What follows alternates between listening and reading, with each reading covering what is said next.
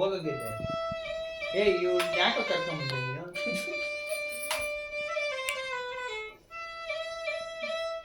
ನಾನು ಗಾಡಿ ಮತ್ತೆ ಆರಾಮ ಆಟದಿದ್ದೀನಿ.